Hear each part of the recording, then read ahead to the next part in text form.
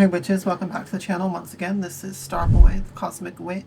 In this video, we're going to get into talking about the magical sword. So the magical sword is one of those witchcraft tools that I don't see many people talking about or posting videos about. And it's one of those tools that I think is often overlooked in modern times and modern practices. So before we get into this, I will just first show you some of my magical swords or ritual swords that I have in my collection. So I have this like katana-like one. This is actually one of the very first ones that I got when I was a good teenager. So it's kind of stylized with that mentality. So yes, this is this one. Don't really ever use this one anymore, but I just figured I would share it. So yeah, there's that one.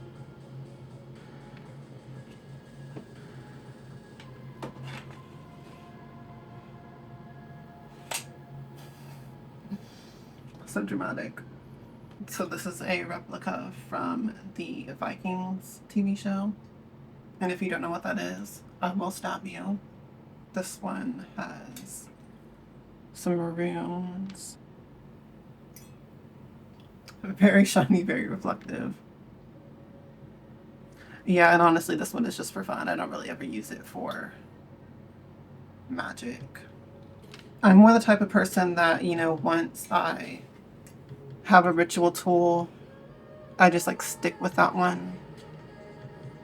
Like here in a second, I'm going to show you my main ritual sword that I've had for years, and like that's it for me. It's not the nicest sword or anything, but it's the main one that I use, which is this one here. It's a very ghetto, very homely made one. Like I say, it's not the nicest, but it is something that I put my own touch on and has my energy imbued in it for that reason.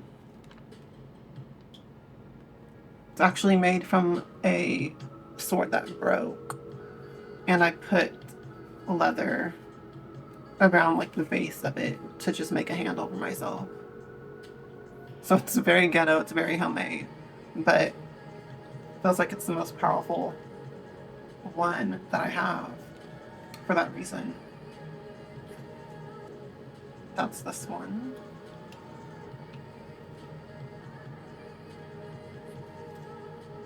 And I did put some symbolism on this. I don't know if you can see it that well, but I put the Magick arrow here, the same as my tattoo. And on this side, it is a sort of a smaller version, if you can see it or not, of my Hecate sigil on that side. So yeah, that's that aspect for that. And this is, once again, my main ritual sword. And I did put the Mercury and Sun symbol combined here.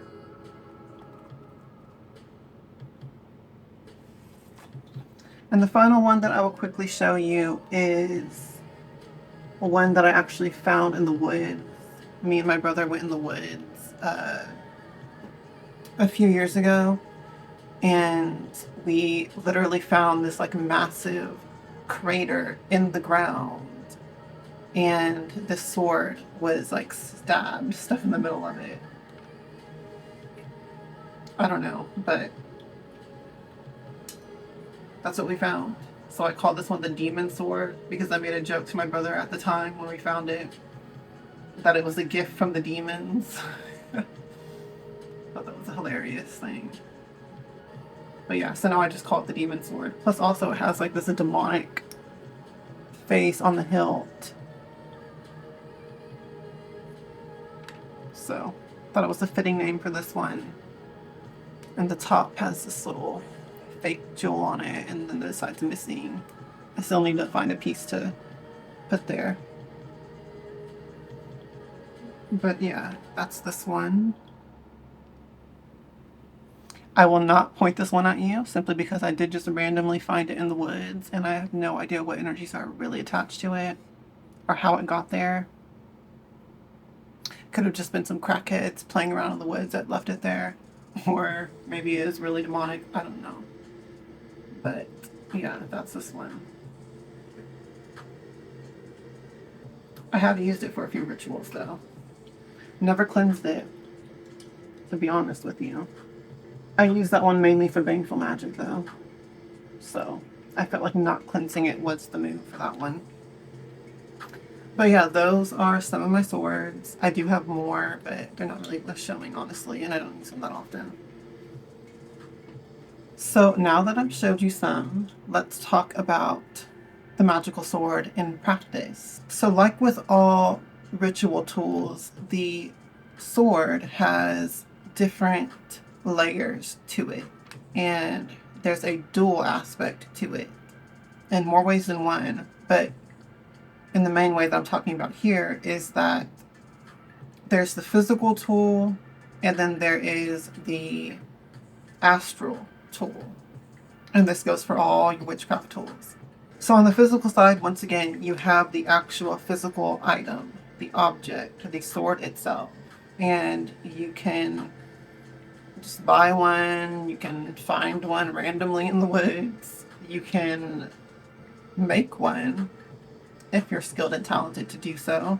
And it doesn't even necessarily have to be made out of metal. You can literally craft one, carve one out of wood, and that could be a ritual sword. Maybe you could carve sigils into it and stuff as well. When it comes to your tools for magic, really I do think that you're the best one to decide what yours should be and what you're called to either make or purchase, whatever. Or if you do happen to just come across one in your daily life at some point, maybe you find one at like a secondhand store or something at just the right timing and it just feels like that is the one that's meant to be for you. You know, a lot of magical tools come into our lives that way as well. But I do think it is important to sort of put your own touch into your magical tools, and if not completely making it yourself, add to it, add your own touch to it. So getting into talking about the symbolism of the sword, what it represents. The sword is actually a lot, I should have said at the beginning of this, go back and watch my video on the Athame as a ritual tool, because a lot of that symbolism and energy also applies to the sword. What I would say is the main difference between an Athame and a ritual sword would be that the sword is predominantly and explicitly, specifically, a weapon of war. With the Athame, with a knife, you know, those are, in general, something that could be used for conflict, fighting, war, but also something that could be used in a creative sense for, you know, carving something, cutting stuff for construction purposes, for sculpting purposes. There's a creative way that you can use a knife outside of using it for violence. And the same, you could use it for surgery. Knives and things like that are used for surgeries as well. So there's a positive use of knives as, you know, cutting into human flesh and stuff, but for a positive purpose, like I say, for surgeries, for healing purposes. Now contrast that with the sword. The sword is a weapon. It's not used for surgery. It's not used for carving and creative pursuits. It is literally and only used for war and conflict and violence in that sense. So that's your key major difference between an Athame, symbolism, and energy versus a sword. So while you can use an Athame for baneful magic and for violent magic, that's not its only use. But with a sword, you know, its main use is for some sort of violent, confrontational conflict aspect. Now, with that, you still have the use of attack or defense. So it can still be used for defense and isn't always used as the aggressor or the attacking energy. So some typical uses, traditional uses of the ceremonial sword, the ritual sword, are to draw the magic circle, carve the magic circle into the ground, or just astrally draw it, the lines of demarcation, boundaries, limitations, protection, defense, and erecting the magic circle. The magical sword is often used for threatening spirits, if need be, to compel them or protect from them. Like I said in the Athame video, you can use it for home cleansings. It's a non-typical tool that I have used for home cleansings. You can use your Athame to threaten spirits to leave. You can use the sword in the same way as a weapon against the spiritual realm. So if you find yourself where you need to do some sort of banishing work on negative energies, even hex breaking negative spirits, you can use the sword for that type of work. With the sword also, you have to think about the symbolism and the energy of strategy. Once again, it's a weapon, so it is a tool of war and conflict. So it can bring in the energy of intellect and strategy, planning, conquering your enemies and your challenges. So you can use it in that sense as well, overcoming obstacles or blockages. Because again, we have the aspect of cutting through things, slicing through things, but we also have the energy of the air element, the mind, for strategy and navigating challenges and obstacles in our lives as well. So again, the sword is a tool of conquest and conquering. And now again, getting into the sword as an astral construct. Once again, as with all of your ritual tools, there is the physical object and then there's the astral construct. There's the energetic, magical form of the tool. So in that sense, the sword is an extension of your willpower, to put it bluntly, your will to conquer, your will to dominate, your will to command, control, defeat, and otherwise destroy that which opposes you. And I'm just looking in my book of Gnosis that I've written down here. But the sword is a tool and a representation of your wrath and your judgment, being as it is a tool of war, a weapon of war. It is the focused, piercing power of your will. And quite frankly, it is probably one of the most powerful ritual tools that a witch can wield, because it is solely and absolutely a weapon. It is the weaponized form of your magic, and no other tool quite represents that so completely and so fully as the ritual sword. There's different tools that you can use that carry some of the same energies, like, once again, the Athame, but the sword is solely and uniquely only the weaponized form of your magic. So the ritual sword is a very decisive energy because it represents absolutes of basically destruction. It is a terrible and devastating power that should be very consciously used and mindfully employed. The ritual sword is not a go-to for every situation, but it is a tool that every witch should have at their disposal.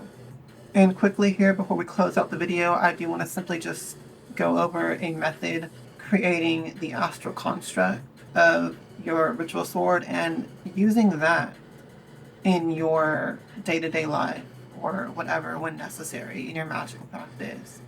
It's not always feasible to carry a sword around if you're doing magic somewhere else from home. I mean, if it's even legal to do so. So creating the astral construct of your ritual sword is something that you should do. So the simple method for that is to just use your third eye and its creative faculties of visualization to focus, once again, these powers of intellect and domination, control, command, that piercing, slicing power of the wit and the mind and strategy to defeat your enemies, to defeat that which opposes you in any form, energetic or otherwise. So you just focus in that intent and that energy into your visualization, and you can visualize this astral construct of your ritual sword however you want to. It can be a replica of your physical tool, or it can be something more abstract and creative. Here in my fairy oracle deck, there's actually a card called He of the Fiery Sword. So, you know, it's like being made out of light or something. So I just figured I would show you that real quick. You know, as an example, you can create a very abstract, energetic form of your ritual sword in the astral construct sense, right? Something that you can create out of light with your visualizations. So how it looks, you know, in your mind's eye, it really isn't the most important thing as to what it represents and what it is the astral vessel of your intent. And once you have this astral construct of your ritual sword created, once you've gone through the process of really putting your focus and intent on that in a ritualized setting, in a ritualized way, then you can conjure up your astral sword whenever you need it, wherever you may find yourself to be. And I like to literally visualize it conjuring in front of me and sort of just floating there, you know, pointing at whatever I need to point it at in the time. You know, if I'm doing a home cleansing or something, I will conjure it up and point it at any negative entities that I come across. And so there's different ways that you can use it in that sense. Like with all magic, it's only limited by how you want to use it or how you think up to use it. But I just thought I would come in and, you know, give you guys some ideas of, you know, ways that you can use it, ways that I have used it before. And just remember too that your astral tools are not limited like your physical tools are. So you can actually duplicate it and have several versions of it all at the same time. You can set a boundary, a ward of your astral sword at the four corners of your home, on the four walls. You can create an entire circle of them around you at any time. It's not limited to just one, you know. So get creative with the way that you utilize your astral tools. And, you know, you can set up wards and barriers of just your ritual sword if need be. You could always carry it with you when you go out as one of your forms of protection even. You can put it in your aura, you know, floating behind you or in front of you or both on all directions as another layer of your energetic shields that you erect around yourself when you go out. So that's another way that you could use it. Again, just giving some examples to get your creativity flowing, but there's many different ways that you can use this weapon.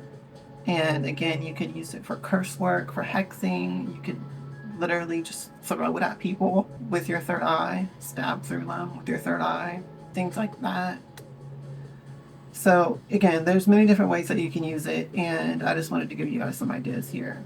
But other than that, you know, once again, as far as the physical tool, like I said in my video on the Athame, you can actually use the physical tool to stab through poppets or parchment papers wherein you have written different spells for different purposes and different reasons. Maybe you make a poppet of your enemy and literally stab through the doll.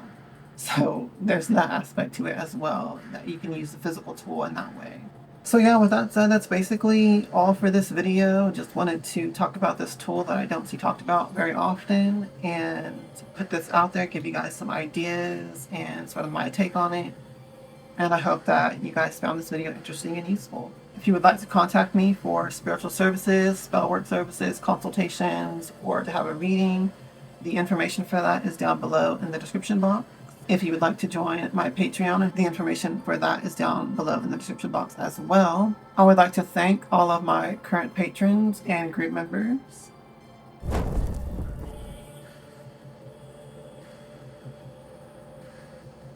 And I will see you all in the next videos. As always, until next time, Hell Hecate, Hell to the Witches, and blessed be.